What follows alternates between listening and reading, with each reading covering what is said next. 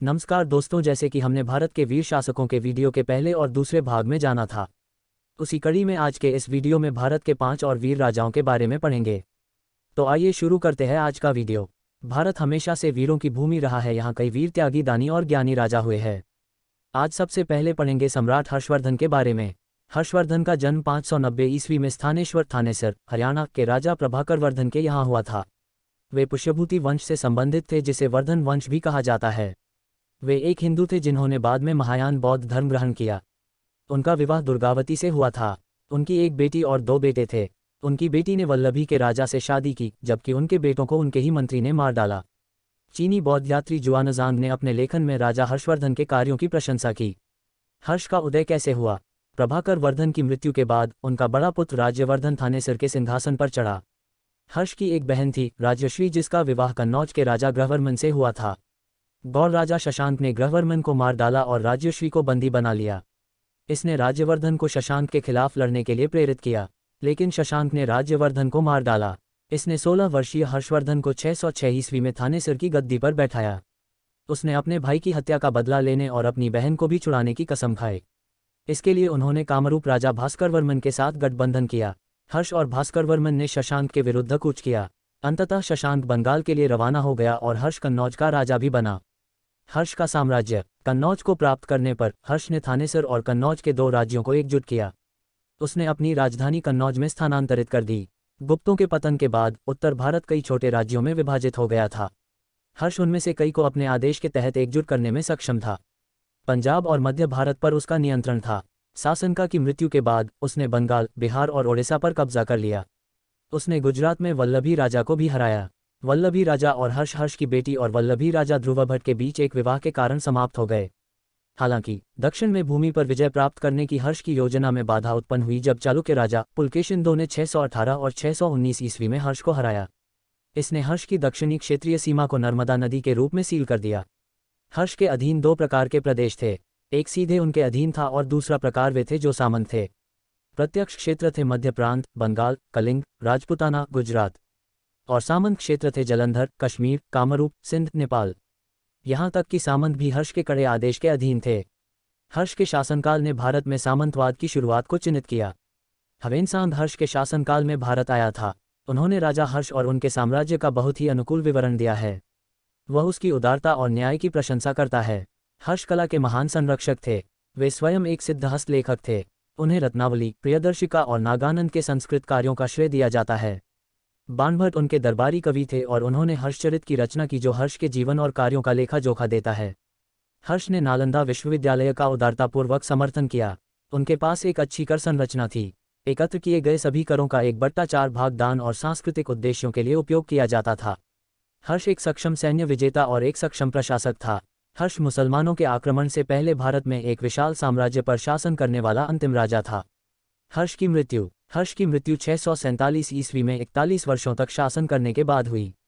चूंकि वह बिना किसी वारिस के मर गया, इसलिए उसकी मृत्यु के तुरंत बाद उसका साम्राज्य बिखर गया। आगे पढ़ते हैं राजा बिंबिसार के बारे में। बिंबिसार ने हर्यक वंश की स्थापना 545 BC में की। इसके साथ ही राजनीतिक शक्ति के रूप में बिहार का सर्वप्रथम उदय हुआ। बिंबिसार को मगध साम्राज्य का वास्तविक संस्थापक राजा माना जाता है। बिंबिसार ने गिरिव्रज राजगीर को अपनी राजधानी बनाई। इसके वैवाहिक संबंधों, कौशल, वैशाली एवं पंजाब की नीति अपनाकर अपने साम्राज्य का विस्तार किया। बिंबिसार 545 BC से 493 BC। बिंबिसार एक कूटनीतिज्ञ और दूरदर्शी शासक था। उसने प्रमुख राजवंशों में वैवाहिक संबंध स्थापित कर राज्य को फैलाया। सबसे पहले उसने लिच्छवी गणराज्य के शासक चेतक की पुत्री चेलना के साथ विवाह किया। दूसरा प्रमुख वैवाहिक संबंध कौशल राजा प्रसेनजीत की बहन महाकौशला के साथ विवाह किया।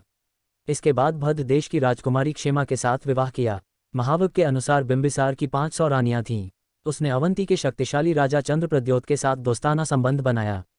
सिंध के शासक रुद्रान तथा गांधार के मुख कुसरगति से भी उसका दोस्ताना संबंध था। उसने अंगराज्य को जीतकर अपने साम्राज्य में मिला लिया था। वहां अपने पुत्र अजातशत्रु को प्रजा नियुक्त किया था। बिंबिसार महात्मा बुद्ध का मित्र और संरक्षक था।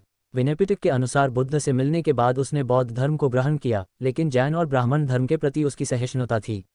बिंबिसार ने करीब 52 वर्षों तक शासन किया। बौद्ध और जैन ग्रंथानुसार उसके पुत्र अजातशत्रु ने उसे बंदी बनाकर कारागार में डाल दिया था, जहां उसका 493 BC में निधन हो गया।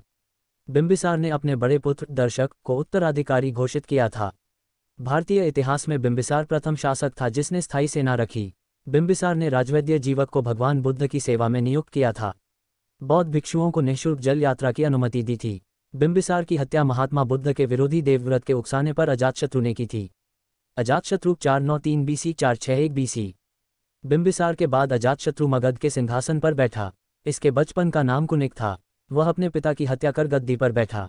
अजातशत्रु ने अपने पिता के साम्राज्य विस्तार की नीति को चरमोत्कर्ष तक पहुंचाया।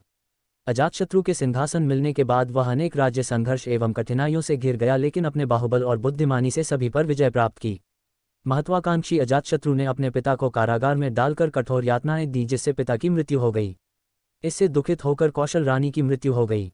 कौशल संघर्ष। बिंबिसार की पत्नी कौशल की मृत्यु से प्रसेनजीत बहुत क्रोधित हुआ और अजातशत्रु के खिलाफ संघर्ष छेड़ दिया। पराजित प्रसेनजीत श्रावस्ती भाग गया, लेकिन दूसरे युद्ध संघर्ष में अजातशत्रु पराजित हो गया, लेकिन प्रसेनजीत ने अपनी पुत्री वाजिरा का विवाह कर काशी को दहेज में दे दिया। वज्जी संघ संघर्ष। लिच्छवी राजकुमारी चेलना बिंबिसार की पत्नी थी, जिससे उत्पन्न दो पुत्री हल्ल और बेहल्ला को उसने अपना हाथी और रत्नों का एक हार दिया था, जिसे अजातशत्रु ने मनमुटाव के कारण वापस मांगा। इसे चेलना ने अस्वीकार कर दिया। फलतः अजातशत्रु ने लिच्छवियों के खिलाफ युद्ध घोषित कर दिया। वस्कार से लिच्छवियों के बीच फूट डालकर उसे पराजित कर दिया और लिच्छवी अपने राज्य में मिला लिया। मल संघर्ष। अजातशत्रु ने मल संघ पर आक्रमण कर अपने अधिकार में कर लिया। इस प्रकार पूर्वी उत्तर प्रदेश के एक बड़े भूभाग मगध साम्राज्य का अंग बन गया। अजातशत्रु ने अपने प्रबल प्रतिद्वंदी अवंती राज्य पर आक्रमण करके विजय प्राप्त की। अजातशत्रु धार्मिक उदार सम्राट था। विभिन्न ग्रंथों के अनुसार वे बौद्ध और जैन दोनों मत के अनुयायी माने जाते हैं, लेकिन भरहुत स्तूप की एक वेदिका के ऊपर अजातशत्रु बुद्ध की वंदना करता हुआ दिखाया गया है। उसने शासनकाल के 8वें वर्ष में बुद्ध के महापरिनिर्वाण के बाद उनके अवशेषों पर राजगृह में स्तूप का निर्माण करवाया और 473 BC राजगृह की सप्तपर्णी गुफा में प्रथम बौद्ध संगीति का आयोजन किया। इस संगीति में बौद्ध भिक्षुओं के संबंधित पिटकों को सुत्पिटक और विनयपिटक में विभाजित किया। सिंगली अनुश्रुतियों के अनुसार उसने लगभग 32 वर्षों तक शासन किया और 461 BC में अपने पुत्र उदयन द्वारा मारा गया था। अजातशत्रु के शासनकाल में ही महात्मा बुद्ध 483 BC महापरिनिर्वाण तथा महावीर का भी निधन 468 BC हुआ था। आगे पढ़ते हैं दक्षिण भारत के एक प्रतापी राजा कृष्णदेवराय के बारे में। दक्षिण के महान राजा कृष्णदेवराय विजयनगर के शासक थे। कृष्णदेवराय तुलुव वंश के तीसरे शासक थे। कहते हैं कि राजा कृष्णदेवराय कूटनीति में माहिर थे। उन्होंने अपनी बुद्धिमानी से आंतरिक विद्रोहों को शांत कर बहमनी के राज्यों पर अधिकार हासिल किया था। उन्होंने राज संभालने के बाद अपने साम्राज्य का विस्तार अरब सागर से लेकर बंगाल की खाड़ी तक कर लिया था, जिसमें आज के कर्नाटक, तमिलनाडु, आंध्र प्रदेश, केरल, गोवा और ओडिशा प्रदेश आते हैं। राजा कृष्णदेव ने कला और साहित्य को भी प्रोत्साहित किया। वह तेलुगु साहित्य के महान विद्वान थे। कृष्णदेवराय के दरबार में तेलुगु साहित्य के 8 सर्वश्रेष्ठ कवि हुआ करते थे, जिन्हें अष्टदिग्गज कहा गया है। ये अष्टदिग्गज मंत्रिपरिषद में शामिल थे और समाज कल्याण के कामों पर नजर रखते थे। उन्हें आंध्रभोज भी कहा जाता है। कहते हैं कि उनका शासन जिस भी जगह तक फैला, वहां पर आक्रांताओं द्वारा तोड़े गए मंदिरों का निर्माण उन्होंने कराया। उन्होंने विजयनगर में भव्य राम मंदिर और 1000 खंभों वाले मंदिर का भी निर्माण करवाया था। आगे पढ़ते हैं दक्षिण भारत के महान राजाओं में से एक राजाराज प्रथम के बारे में। दक्षिण भारत के राजाराज चोल प्रथम उन शासकों में से एक हैं जिन्हें हजारों साल बाद भी याद किया जाता है। चोल साम्राज्य के वास्तविक संस्थापक परांतक द्वितीय सुंदर चोल के पुत्र रिमोलवर्मन राजाराज चोल प्रथम के नाम से गद्दी पर बैठे थे।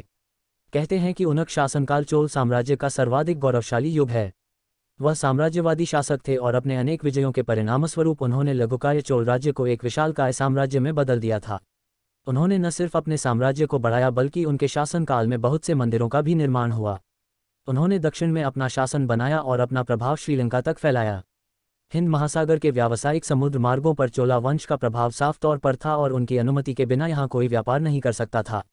उन्होंने 100 से ज़्यादा मंदिर बनवाए, जिनमें से सबसे उत्तम और ऐतिहासिक है तंजौर का शिव मंदिर, जो यूनेस्को द्वारा वर्ल्ड हेरिटेज साइट घोषित किया जा चुका है।